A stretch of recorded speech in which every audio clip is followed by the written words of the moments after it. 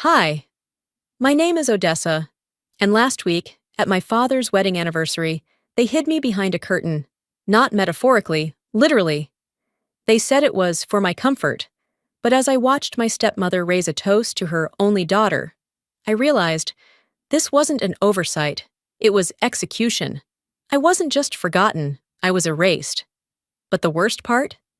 They smiled while doing it. What happens when a family rewrites your name out of history and still expects you to stay quiet? It started with a phone call I wasn't supposed to get. I was standing by the window, sipping tea, when Marilyn called. Her voice came through warm and familiar, but with an edge of hesitance I hadn't heard before. "Just checking if you need help with your dress for the party, Miss Odessa," she said, as if we'd spoken about it already. My fingers tightened around the ceramic cup. "What party?" There was a pause, a beat too long. "The anniversary tomorrow," she answered quickly, almost too quickly. "Mr. Ellis and Mrs. Vera's big celebration. 30 years, you know." Of course I knew. I'd seen the local papers touting it as the event of the season. What I hadn't seen was an invitation. I let her words hang in the air for a moment, unsure whether to press or let it slide. "I must have missed the invite," I said calmly, though my heart thudded with a familiar ache. Marilyn hesitated again. Maybe it went to the wrong address." I smiled tightly. "Maybe." "Mistakes happen," I said. Her reply came quietly, like a whisper she didn't want heard. "Mistakes don't forget your name, honey." After the call ended, I stood motionless. I scrolled through the family group text, brimming with photos of the estate being decorated, snapshots of Vera and Callista holding wine glasses with perfectly white smiles, captions like, "Almost ready," and "Countdown to 30." Not a single mention of me. I sat down, opened my laptop, and booked a flight. I told myself I was doing it for my father. He'd raised me, flawed, quiet, but present. Surely he didn't know I'd been left out.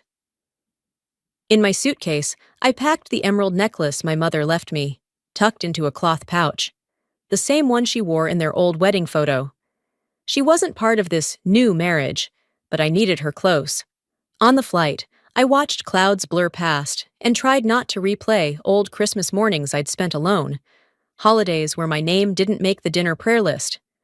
I clenched my jaw against the rush of memories. This time, I wouldn't stay quiet. I wouldn't stay home. Not showing up is what they wanted. So I did the opposite. Charleston greeted me with that southern spring warmth that clung to the skin. The Rosemore estate stood tall, like always. White columns, trimmed hedges, a place built to be photographed. Luxury cars lined the driveway. Valets bustled around. I stepped out of my cab in a plain blue dress, heels too low for the occasion. A planner holding a clipboard scanned a list as I approached. "Name, please?" she asked without looking up. "Odessa Sinclair," I answered. Her pen stopped. I'm sorry, I don't seem to have you on the list.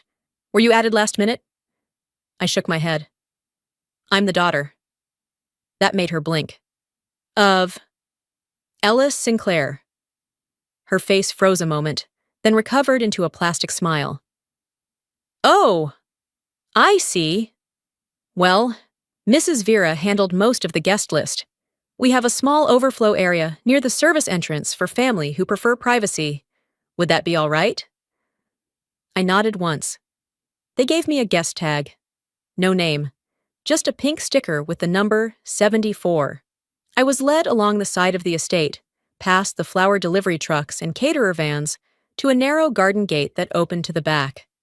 I walked through the maze of trimmed lavender bushes and into the tented reception area.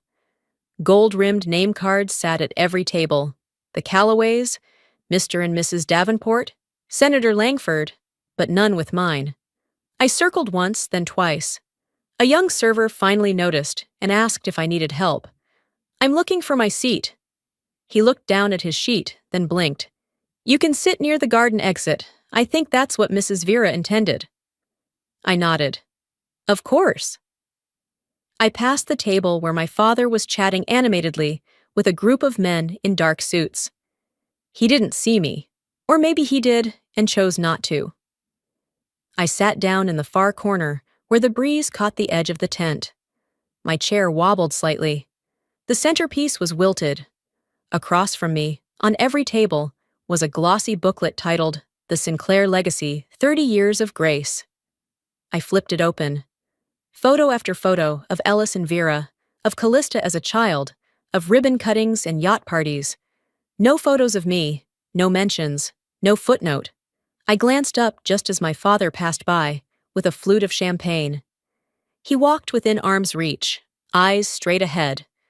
I reached into my purse.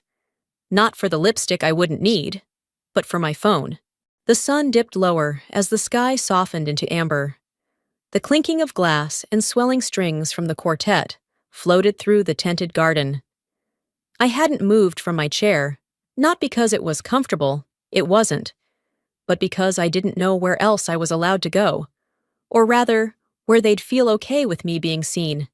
That's when the boy appeared, barely 20, with a headset looped around his ear and a clipboard held too tightly. He smiled like someone who still believed smiling could fix things. "Miss Sinclair?" he asked.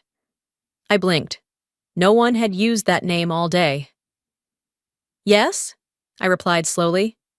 "Hi, I'm Kenny, event coordination team. Mrs. Vera asked that we make sure you're, settled comfortably." My eyebrows lifted slightly. "She did?"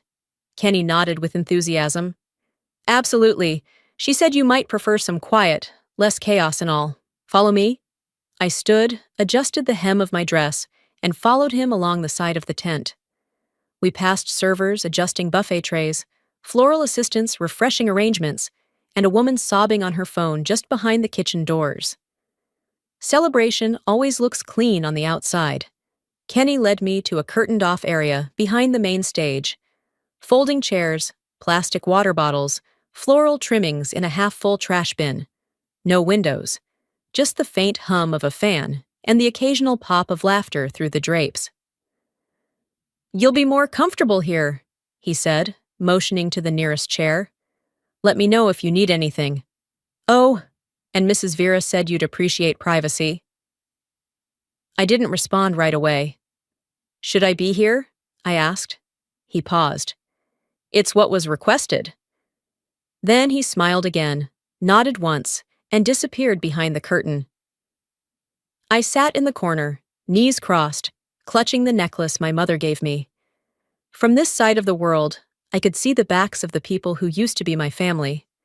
They moved like they'd been rehearsed. Each laugh, each toast, each air kiss to the cheek perfectly timed. My father lifted a glass and made a toast to love that withstands storms. Callista glided through the crowd, radiant and camera-ready, as if she'd just floated out of a magazine shoot. I caught a glimpse of Vera, hand on Ellis's arm, waving to a photographer. I used to help plan these kinds of events for Dad. I was the one who convinced him to do his 50th in the garden, not the ballroom, because the light hit better during golden hour. That night, he thanked me in his speech. Now I was backstage like a discarded prop. Someone burst through the curtain, startled, flushed. "Oh!" the woman gasped, hand over her chest. "I thought this was the restroom." She looked at me, then hesitated. I knew the look. She didn't recognize me. "Are you with catering?" I smiled, calm. "No, just a family member who forgot her place." Her face turned beet red. "I'm so sorry. I didn't mean—" "It's fine," I said, waving her off. She left quickly, the curtain falling behind her. I leaned back in my chair, the metal frame creaking slightly under me. The music swelled again. The crowd laughed. Someone made a joke about legacy and strong bloodlines. I didn't catch the punchline. They always say, "You're welcome anytime, as long as you stay out of sight." I remembered what my mother used to say, in her dry, southern-tilted voice. "They'll never stab you in the front, honey. It's too messy for a formal event." Somewhere beyond the curtain, the next round of champagne was being served. I imagined my name being crossed off a list, my chair being moved closer to the service exit, My existence rewritten into a polite omission. A silver tray sat on the table beside me, forgotten by a flustered server. I caught my reflection in it, blurred, distorted by the curve. I picked up a lipstick from my bag, reapplied slowly, precisely. Then I straightened my back, the same way my mother taught me when I had to walk through rooms that didn't want to see me. If they wanted to hide me, they should have picked a curtain that didn't open from the inside. The lights dimmed without warning, and a hush fell over the ballroom. A soft musical swell signaled the start of something meant to tug heartstrings. I saw a waiter pull the velvet curtains tighter to darken the room. That's when the screen flickered to life. A slideshow. I leaned back in my seat near the garden exit, arms folded lightly, trying to breathe in a way that didn't show. 30 years of marriage, 30 years of curated love. The first photo appeared, Vera and Ellis in their early years, all smiles and champagne, her blonde hair caught mid-laugh. Then the yacht parties, a baby Callista on her lap, holidays in Vail, ribbon cuttings, more Callista, then her college graduation, a party I wasn't invited to. I waited for my face to flash on the screen, maybe tucked in among the family Christmas cards or from my high school recital where Ellis cried during my solo. But there was nothing. The screen skipped right past my years like they were missing files. It wasn't just absence, it was omission, a silent, deliberate deletion. Laughter and applause erupted around me as the final slide faded, a quote from Ellis floating on the screen. A legacy is built not just in years, but in the love we surround ourselves with. I bit the inside of my cheek so hard I tasted copper. Aunt May found me before the lights fully returned. Her voice was soft, like she was asking for forgiveness without saying what for. "I thought maybe they'd mention you in the credits at least," she murmured, glancing toward the screen now gone black. I smiled, a small, controlled curve. "You and me both." She squeezed my shoulder but said nothing else, because what could she say? That she'd let it happen? That she'd clapped along? I needed air. Slipping past a row of chairs and ducking behind a ficus, I made my way toward the side of the estate. A hallway marked "Staff Only" gave me the out I needed.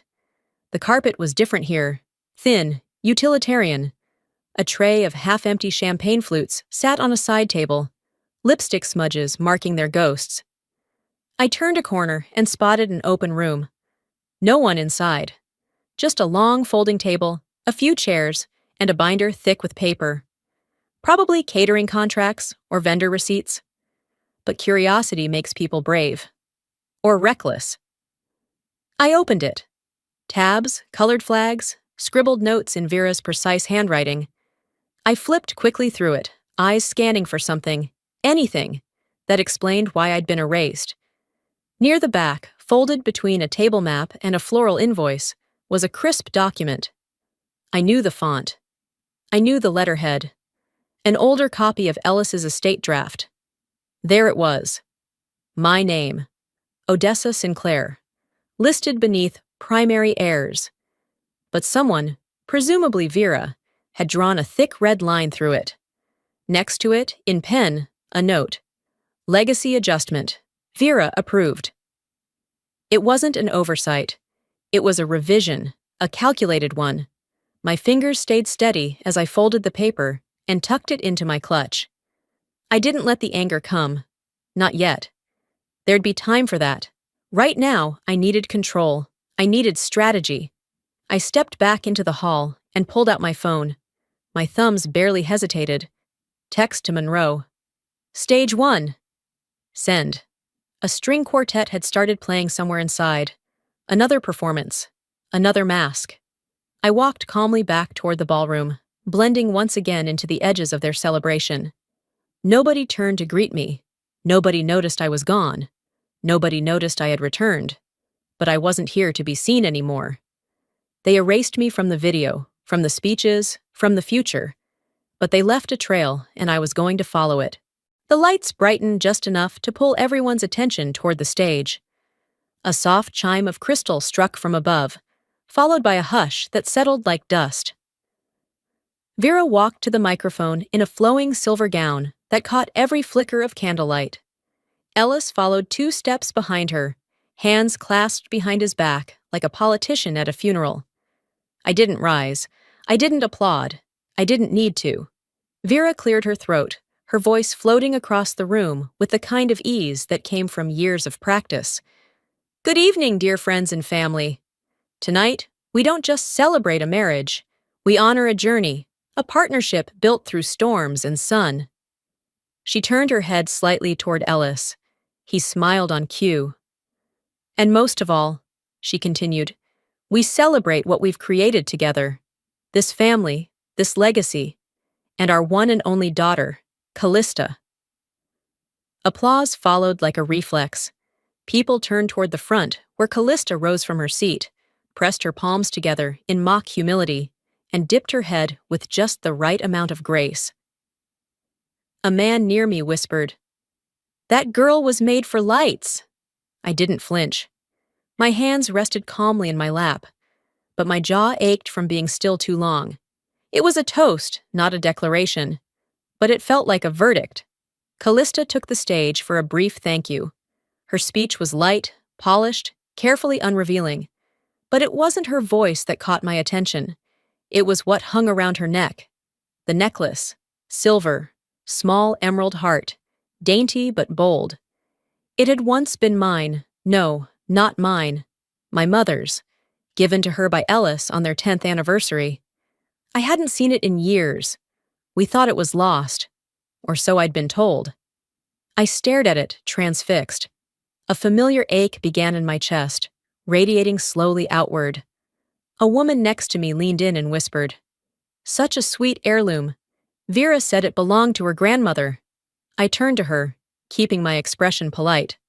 That's one story, yes. I didn't look at Callista again, not right away. I stared down at the tablecloth instead, its lace patterns swimming as memory tugged me backward. I was 16, soaked from a school recital in the rain. Ellis met me at the door with a towel and that necklace, his hands clumsy as he tried to clasp it around my neck. "You'll wear this one day when you run the Sinclair name," he said. I remember laughing, thinking it was just his way of making me feel special. Now, that promise hung on a stranger's collarbone, rebranded and reintroduced under a new mother's script. I didn't storm the stage. I didn't shout. I didn't ask questions I already knew the answers to. Instead, I pulled out my phone and opened the camera.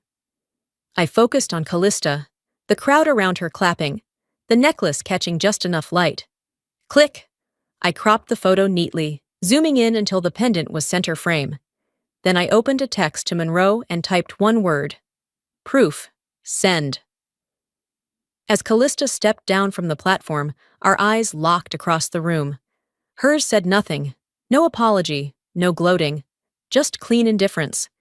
They could rewrite the story, steal the lines, wear the jewelry, but they couldn't erase what I remembered. They waited until the room had softened, until the wine had settled into cheeks and chins tilted back in laughter. Then Vera walked back onto the platform, still glowing from the last toast like she was floating in her own spotlight. She clinked her glass again, not loudly, but enough to hush the room once more.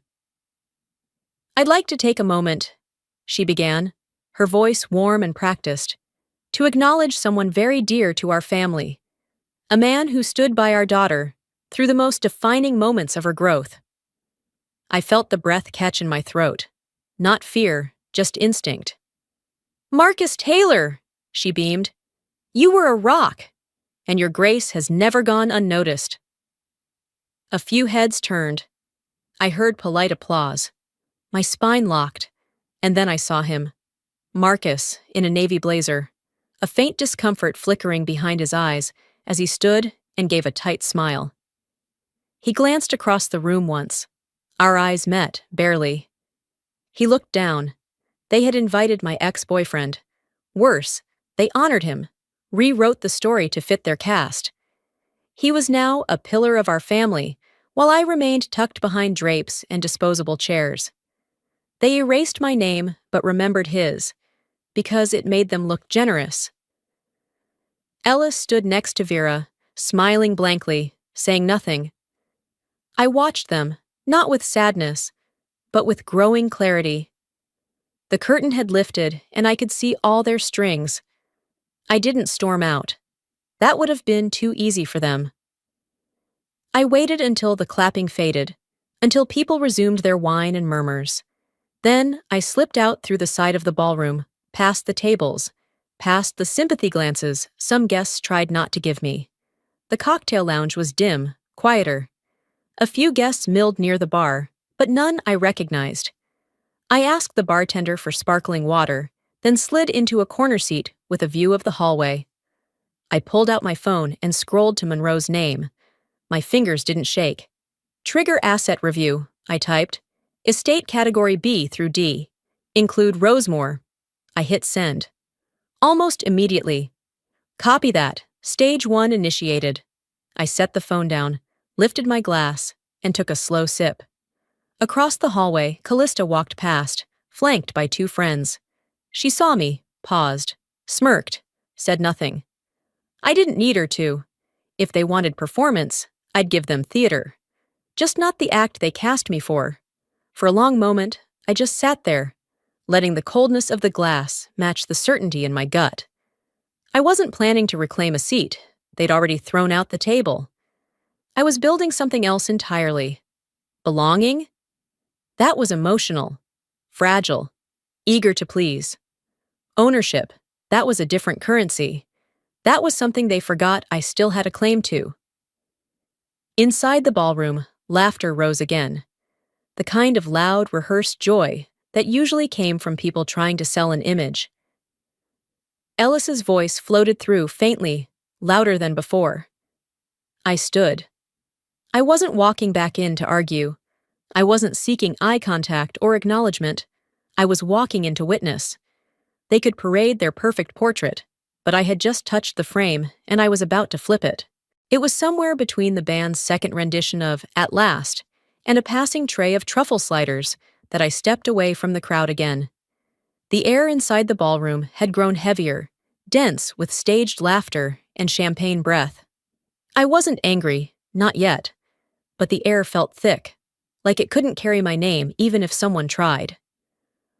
I walked toward the hallway behind the main tent, a narrow corridor flanked by antique sconces and fresh eucalyptus wreaths. Looking for a restroom, maybe, or just an excuse not to be seen. But then I heard her voice. Vera. I stopped just outside the opening to a dim alcove where she stood speaking to 3 guests dressed in matching ivory. The kind of people who always knew where the camera was. Her voice was clear and casual, like she wasn't hiding anything. This family didn't survive because of Ellis, she said, one hand on her hip. It thrived because I cleaned up the mess he left behind.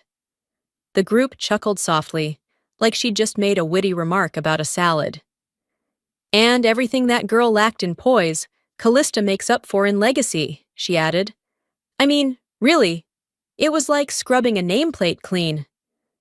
The words didn't punch, they sliced.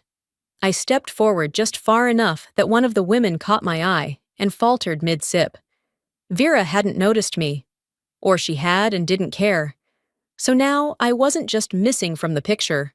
I was the mess that needed cleaning. I didn't give her the satisfaction of a reaction. I turned and kept walking, deeper into the less trafficked wing near the bridal suite, past stacked boxes and folded chairs.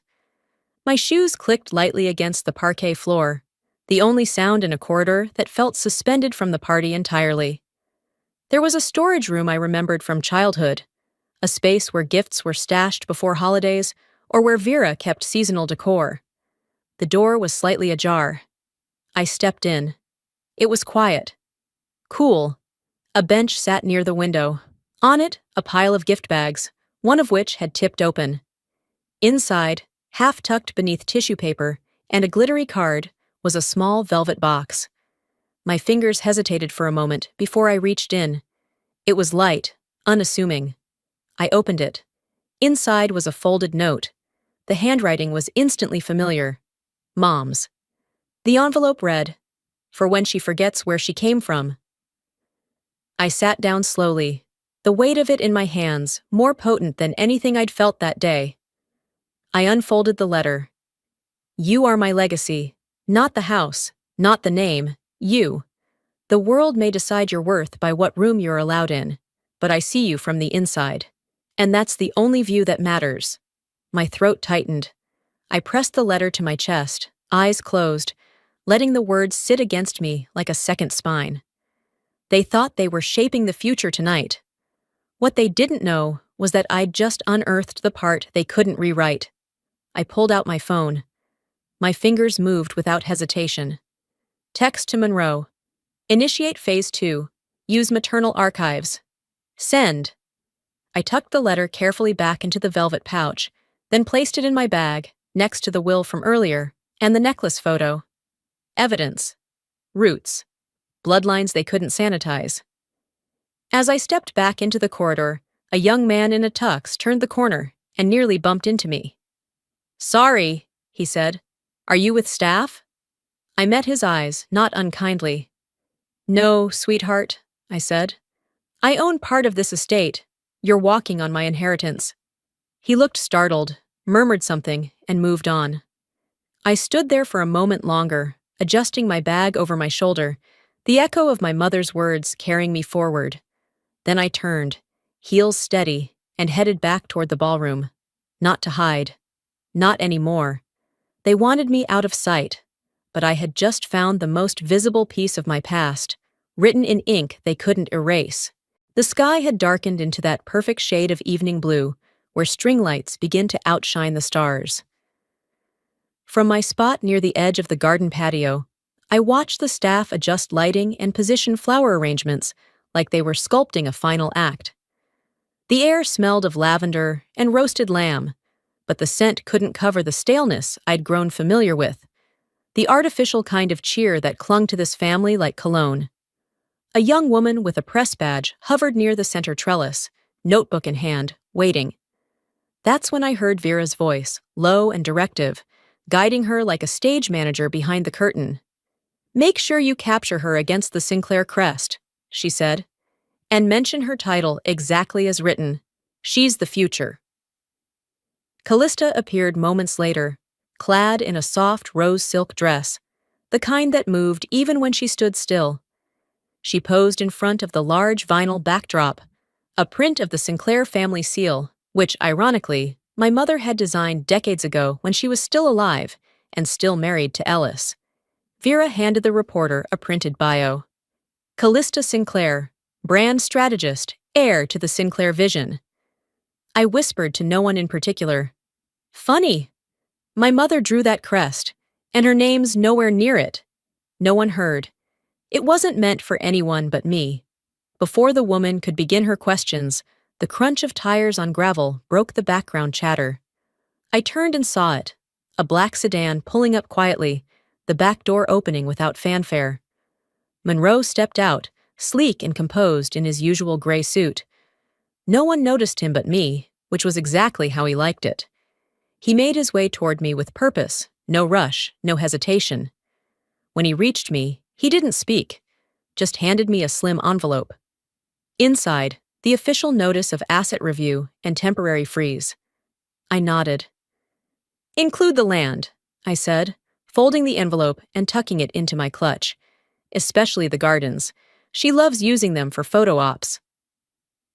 He didn't respond, only offered a small nod and turned toward the house. I followed from a distance, just close enough to witness the ripple begin. Near the bar, the estate manager looked up as Monroe approached. He accepted the document and read the first few lines before glancing up. Eyes wide, but lips tight. 3 guests nearby paused mid-sip. I heard the whisper pass between them like an electric current. Is something happening with the estate? Monroe didn't linger. He stepped back, adjusted his tie, and vanished again into the shadows. From across the patio, Vera noticed the tension. Her smile faltered. She didn't approach. Not yet. I walked back toward the garden edge, content to watch. Callista continued her interview, blissfully unaware. She laughed lightly, nodded at rehearsed intervals, gestured toward the house when asked about her plans. Behind me, two guests leaned closer. "Isn't that the original Sinclair daughter?" one asked. "Was she ever really part of the family?" the other replied. I didn't turn. I let the words settle, the way you let smoke curl into open air. They didn't sting the way they once would have. They didn't define me. Not anymore. In my clutch, my phone buzzed. A message from Monroe. Status: received and filed. Public record lock pending. I opened a new message and typed slowly, deliberately. Now we watch the ripple. Send. They made Callista the face of the future, but I had just reminded them who built the foundation. The applause from Callista's interview had barely faded when I slipped through the side corridor near the wine room. My heels moved soundlessly over the polished floor, yet each step thudded through my chest like a private metronome counting down. I hadn't spoken to Ellis all evening, not since he smiled during Vera's speech and pretended not to see me. But he found me anyway. He didn't call my name, just walked up with that strained, rehearsed smile I'd come to associate with family dinners that ended with silence instead of dessert. "Odessa," he said, soft and slow, like he'd never practiced saying it. "Please, let tonight be about peace." I didn't respond. "We've worked so hard for this image," he added, eyes drifting toward the direction of the patio. "Don't ruin it." My throat didn't tighten. My heart didn't race. I'd already spent those responses hours ago. I just watched him. "Whose piece, Dad?" I asked. "Yours? Or mine?" He didn't answer. He only nodded, like he understood, which made it worse. It's strange watching the man who raised you bow to someone who didn't. Stranger still to feel nothing when he does. He left me there in that narrow hallway, alone with a ficus tree and a lifetime of choices made without me. I waited a moment longer, then walked back toward the terrace.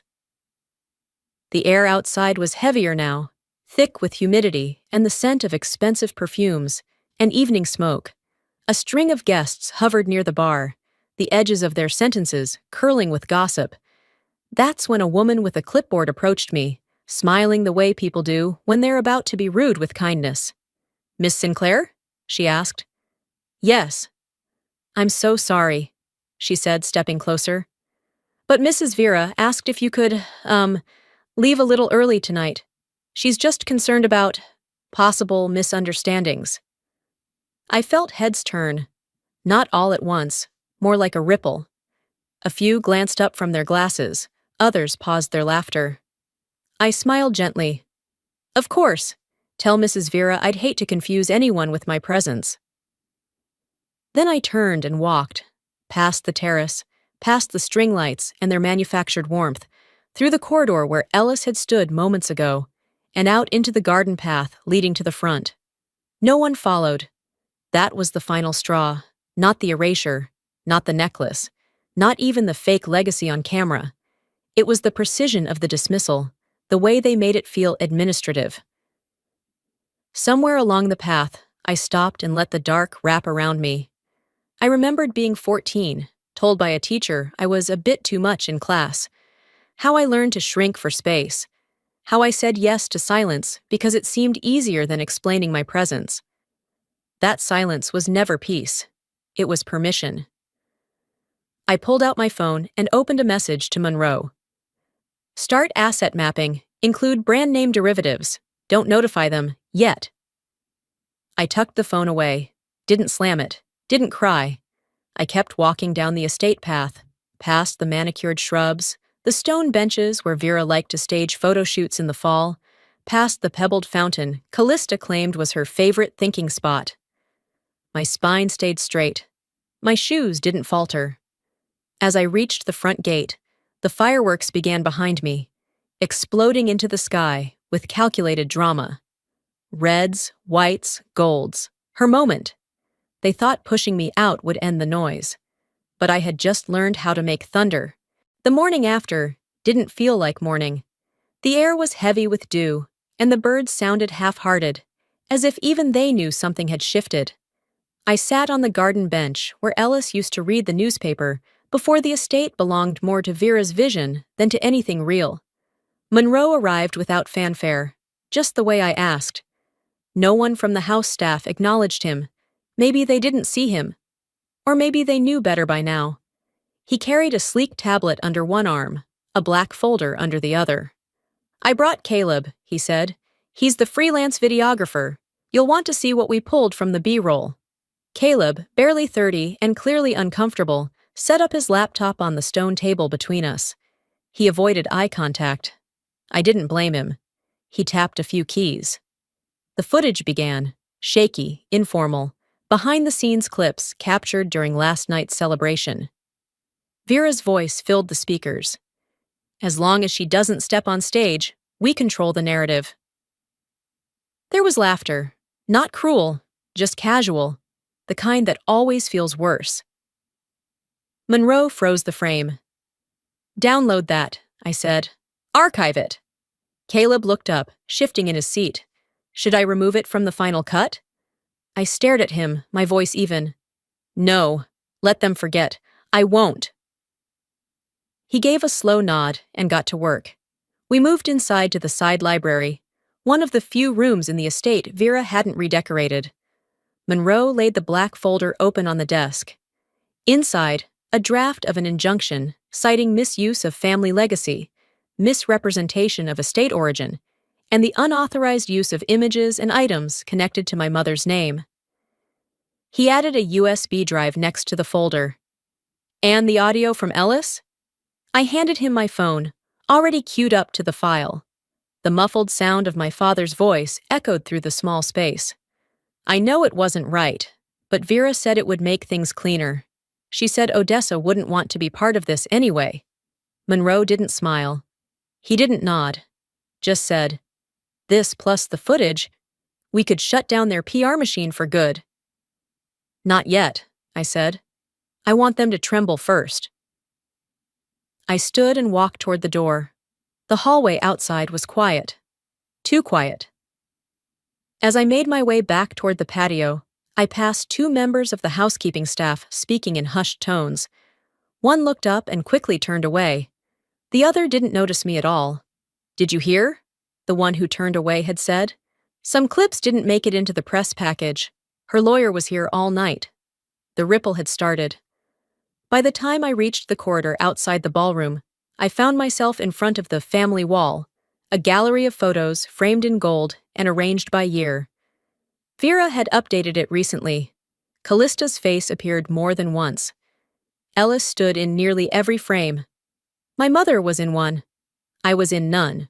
I reached into my purse and pulled out a small 4x6 photo I'd printed that morning.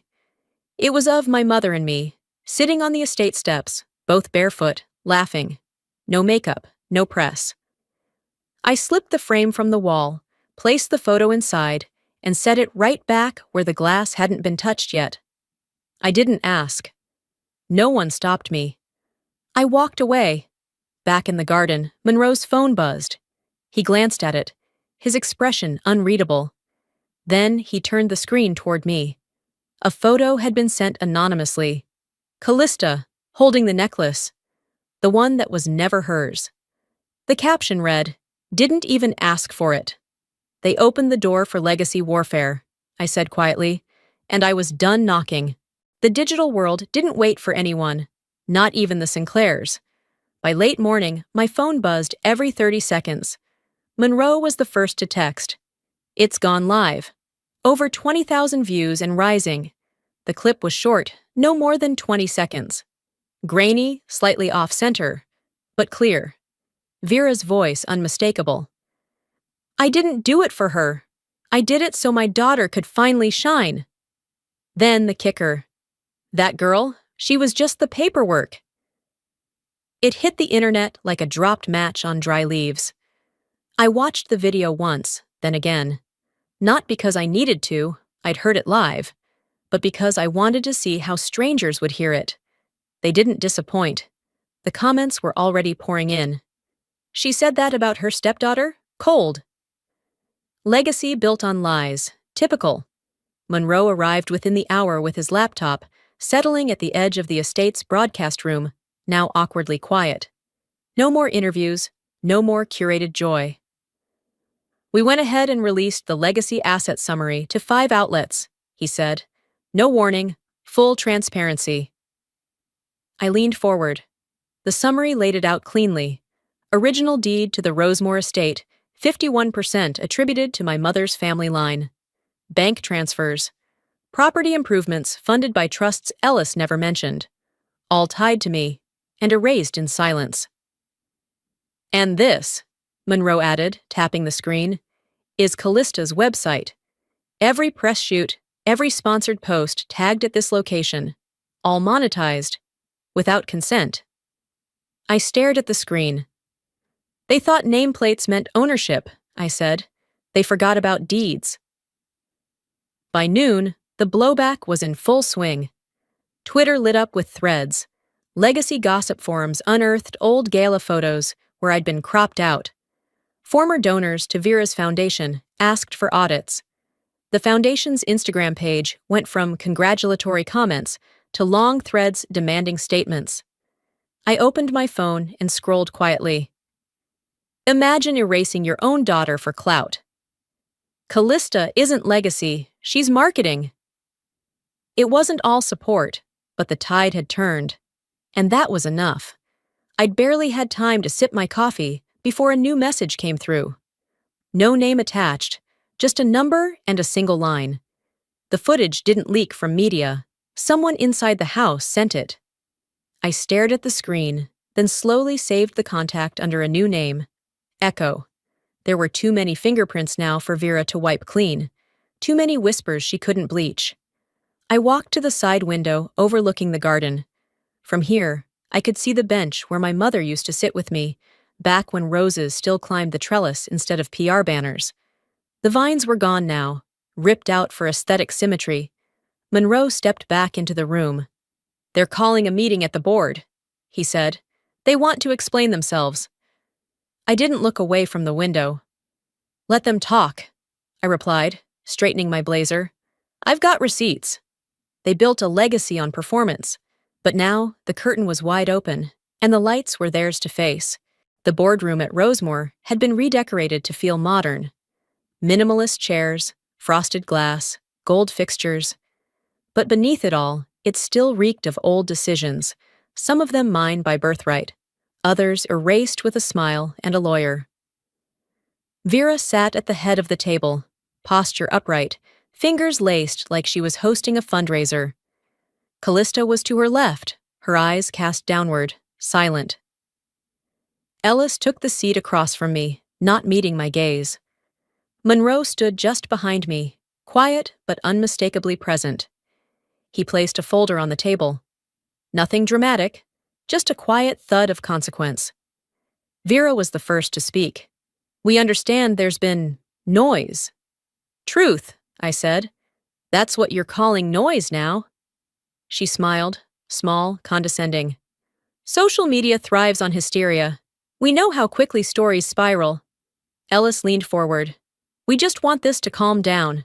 The press is asking questions. I looked at him. You weren't silent. You were complicit. He didn't argue. Monroe opened the folder, sliding forward a series of documents. Screenshots, property records, excerpts of estate drafts with my name crossed out in red ink, the video transcript of Vera's off-the-record confession. Your foundation's filings, he said, and a detailed timeline of when Odessa's identity was actively removed from public materials. Vera shifted, but didn't lose her poise. So what is this really about? Money? Position? I leaned in slightly, voice clear. I'm not here to negotiate. I'm here to correct the record. The silence in the room was thick. Even Callista, who hadn't spoken once, looked up at that. No one raised their voice. No one cried. Just a line drawn in ink and legacy. After the meeting, I stepped outside. The sun had dipped just enough to cast the estate garden in that golden light photographer's chase. I heard the door creak behind me and knew it was him before he said a word. Ellis. He didn't speak right away. He stood beside me at the fountain, hands clasped in front of him, like the weight of silence was easier to carry than truth. "You know I never meant for you to feel like this," he finally said. I turned my head toward him, not with anger, just finality. "You didn't have to say it, Dad. You just had to stand there while she said it for you." He started to say something else, but I was already walking. The path curved past the old rose trellis, now bare. I remembered being 10, running barefoot down this gravel with my mother laughing behind me. We'd taken a photo near the fountain once. It used to hang inside the house. Now it was gone, probably replaced by something curated and neutral. I smiled faintly. Let them replace the photo. They can't replace the foundation. My steps slowed as I neared the front gate. The house loomed behind me, unchanged, unmoved, unaware. Then I heard his voice again, just as I reached the exit. "What do you want from me, Odessa?" I turned slightly, just enough to meet his eyes. For the first time, he looked like someone waiting to be forgiven. "I want nothing," I said. "That's the difference between you and me. You still need something to feel whole." The stream went live at exactly 10 a.m. People expected another feel-good clip about Sinclair heritage, probably Vera handing Callista another plaque, Ellis smiling at the edges, Callista branding herself without blinking. But instead, the screen cut to me. I stood in front of the original blueprint of the Rosemore estate. My mother's sketch in charcoal, faint coffee stains still visible in the corners. I was dressed simply, blazer dark, hair tucked back. No jewelry, no set dressing, just presence. "My name," I began, "has been written over, cropped out, tucked behind curtains, and made to feel like a clerical error. But legacy isn't built by spotlight. It's built by those who were never invited to the stage." A pause.